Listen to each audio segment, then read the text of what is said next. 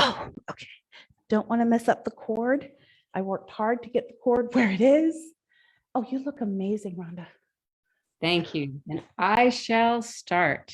1 second. You can start now. Welcome to the Lace on Race raffle, drawing, and chance to ask Lace anything. We are delighted that you chose to join us and have had a delightful time engaging with you in the activities of the last few days. I had the honor of meeting Lace in person just last month in Petersburg, Virginia. Guess what? She's real. She's real. And I got the chance to give her a hug and to take her picture with the people who served us in the establishment that we went to, because she takes the time. She really, for real, takes the time to express her gratitude every chance she can. So now I'm getting the chance to express the gratitude that I have for her leadership and the gratitude from her leadership team, her board members, and all of you. Thank you, Lace. Thank you for everything, everything you are, everything you teach us, and for walking with us, even when we wobble. Happy birthday, Lace. Over to you. I did not see this coming. So I'm going to give myself about 10 seconds to get the tears out of my eyes. It is so easy to lead this group. It is so easy to have a bunch of miscreant delinquents give me 120% every single day, every single day. There would be no Lace on Race without the dedicated members of my leadership team who I oversee, and because we subvert the racist and classist model of nonprofits and non-governmental organizations, my leadership team is also my board. So I serve under them. Put another way, we serve each other. That's a big deal. And it's one of the things, the innovations that we have come up with over the last 3.5 years that make Lace on Race different than any other racial justice or sociology or philosophy, applied relational ethics, or theology out there. But I have to say,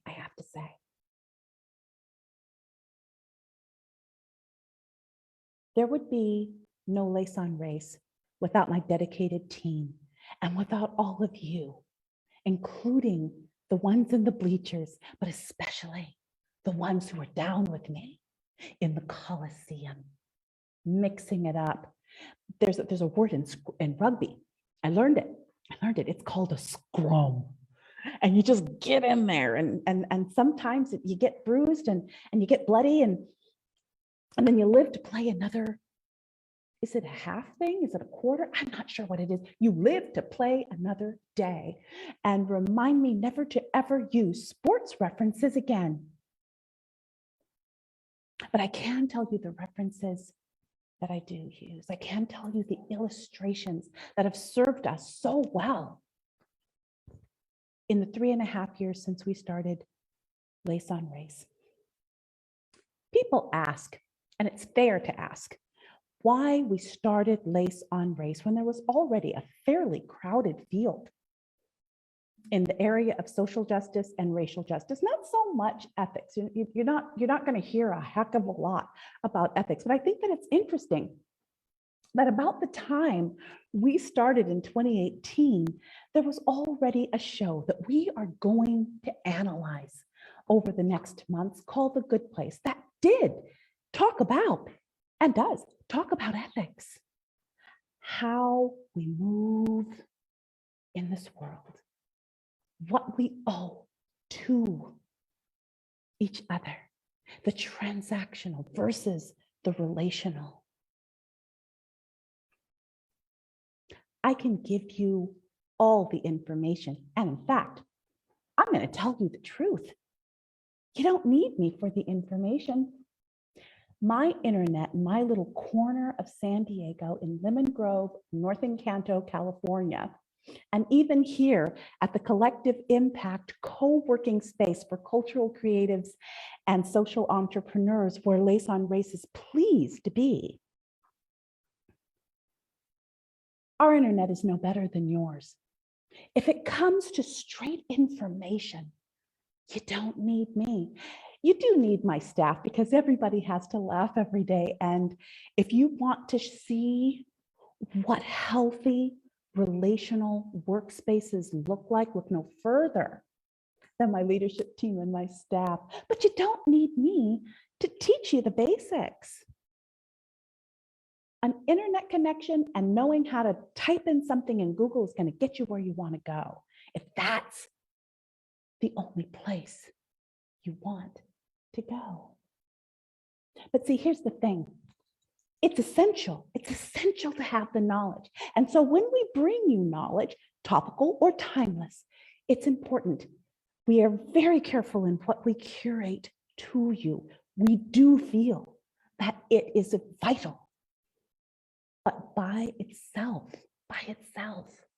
it is entirely insufficient.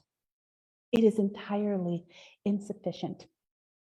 In one of the faith traditions that some of us adhere to, they talk about, I can have all the knowledge. I'm paraphrasing. You can have all the knowledge. I can have all the head stuff. But if I have not love, I am but clanging cymbals. Clanging cymbals. And clanging cymbals will not get us closer to the North Star. Even on Zoom Lives, I am contractually obligated to tell you the North Star of Lace on Race, why I get up in the morning.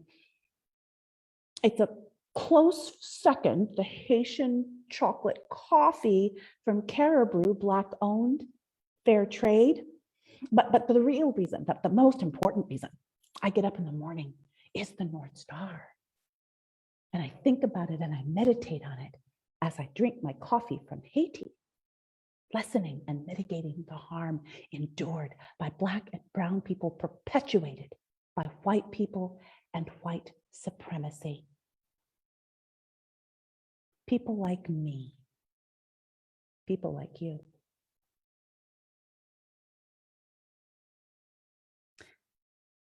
For those of you who don't know how old I am, it's not a state secret. I'm 58 years old as of last Thursday. It's kind of awesome. I was born in 1963, 10 days before the March on Washington, where Martin Luther King delivered his I Have a Dream speech 58 years ago. I can imagine Martin Luther King sitting in his hotel room right now in 1963, 8/25, 1963, doing what I did this morning, which was trying to figure out, actually, it's what I do every day, whether I'm writing or engaging with my staff or engaging on one-on-ones or consulting with organizations, what is always on my mind is what can I say? What can I say to you that will land on you, land on you? What can I say to get it in, And I imagine, and by no means am I comparing my paltry words to the words of Dr. Martin Luther King, but in my own small way, I imagine what it must have been like sitting in the hotel room in 1963, knowing that in 3 days, he was going to deliver the speech of his life. What could he say that would land? that would have durability and staying power, and that people would be able to get in and then make it their life. Make it their life. Martin Luther King knew something that I have always spoken of, and I'm pretty sure I got it from him.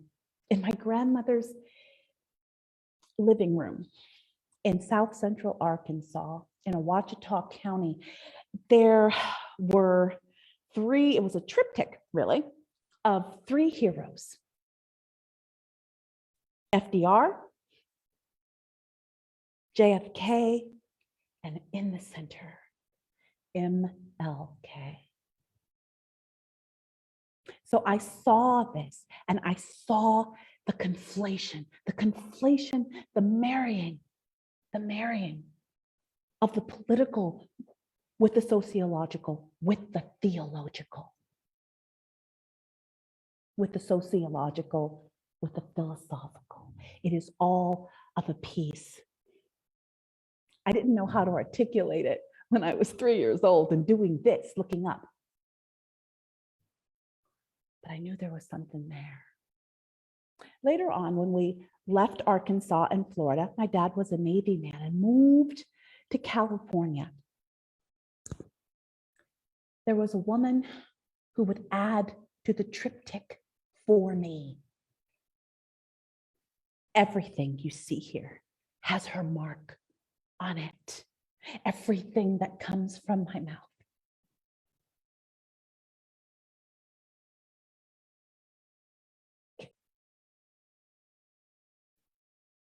Catherine DeBose either said it or just plain lived it out. People ask where I get Hesed from. Well, Hesed is a term that's kind of in fashion now, but I have always known what a Hesed heart looks like, because since I was 3 years old in 1966, I knew Catherine DeBose. I have had 55 years of her loving me. And I hope it shows. I hope it shows in my hands. I hope it shows in my words. I hope it shows in my intellect, because Catherine DeBose is no slouch. There's no lack of firepower and horsepower in that woman's head, even now, 55 years later. Our Rhonda, who is amazing, it was such a blessing to hold her last month. Our Rhonda talks about me being the real deal. Thanks, Rhonda. But I am the real deal because I am surrounded by real deals. I am a shameless plagiarizer of character and Hesed heart, even if those words weren't used. Catherine DeBose came into my life when I was 3 years old. She later became my Brownie troop leader, and then I graduated to juniors, and then she had to let me go and become a cadet. But it stuck with me. It stuck with me. And then later on, when I became a young woman, she would sit with me and she would allow me to grow up. The 6 tenets are basically a distillation of the life of Catherine V. DeBose. You could not ask for a better template for character and Hesed heart. You simply couldn't.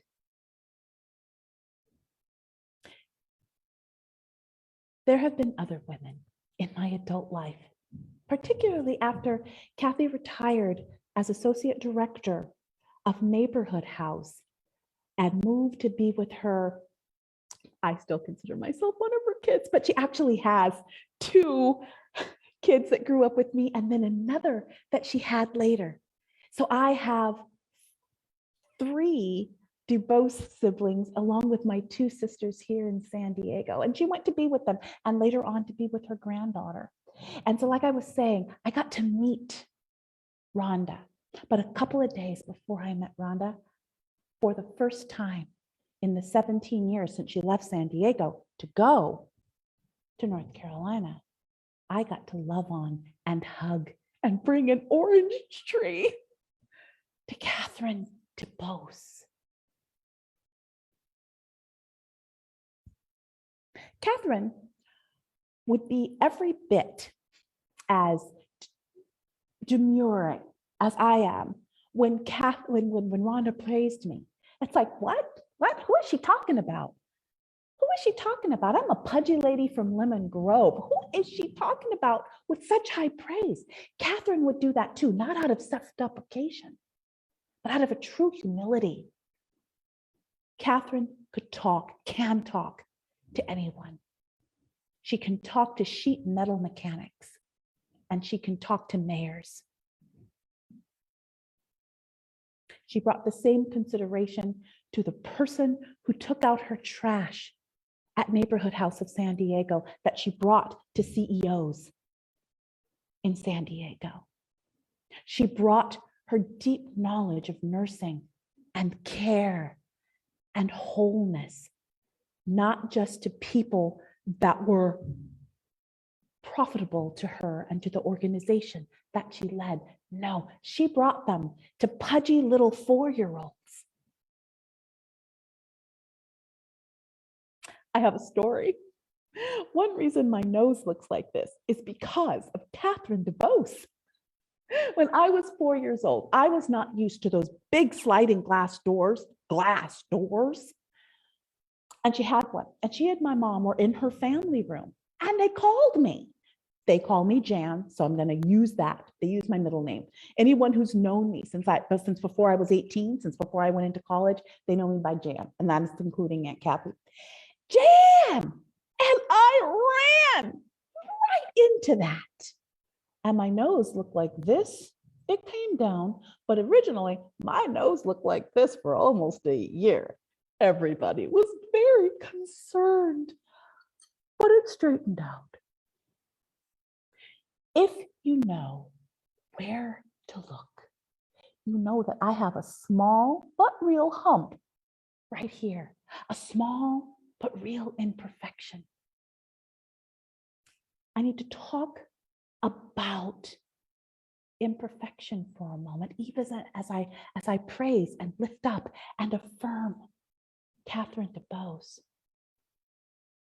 As someone who has been called a charlatan cult leader, and who have had people who have sometimes been a bit too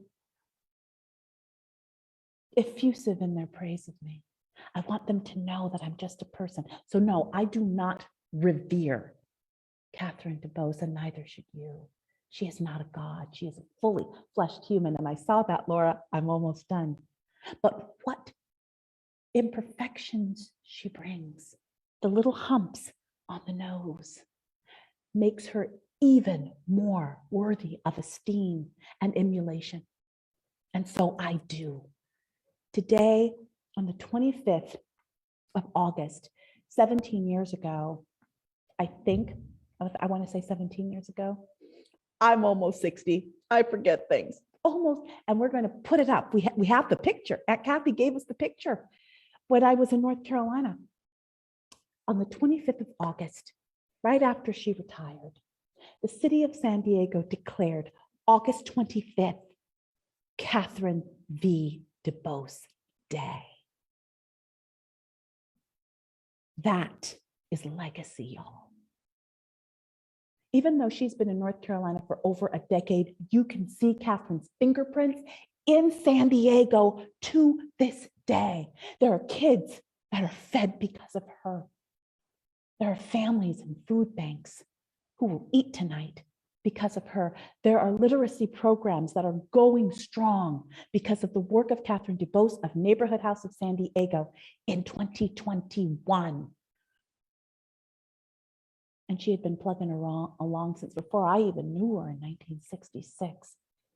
you want someone to emulate Catherine DeVos. And to the extent that you want to emulate me, you are emulating her. I got to stop. I could go on for days.